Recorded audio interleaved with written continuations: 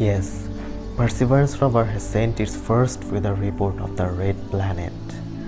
On the 8th April, a headline came across the famous newspaper CNET. It said, if you ever go to Mars, be sure to pack some puffer jackets with you because Perseverance is dealing with ridiculous cold temperatures. Perseverance is equipped with the MEDA system, which full meaning is Mars Environmental Dynamics Analyzer. It gathers data on air and ground temperature, relative humidity, radiation, pressure, and wind speed and direction.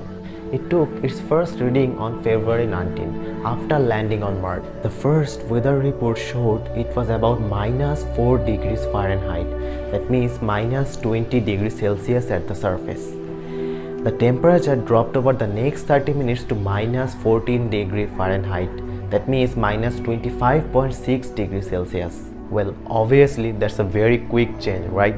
The system has been collecting data since its first weather report and has logged temperatures as low as -117 degrees Fahrenheit, that means -83 degrees Celsius, with wind speed up to 22 mph, that means 10 meters per second. Weather will be particularly important as the experimental Ingenuity helicopter nears its first test flight. The copter has to keep itself warm through the cold Martian nights, and wind is a potential hazard once it's up in the air. It's dry, dusty, and barren.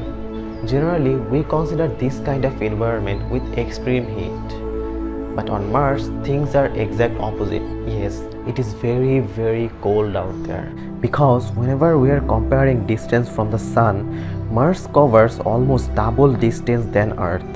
And also it has lack of surface water, that means the Mars cannot hold the heat very well.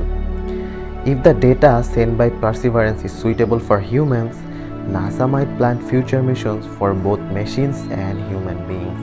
Okay, so that's it from here. I hope this video was useful. Please like and follow my Facebook page, which is Scientific Dots, and stay tuned for upcoming more videos regarding science and technology.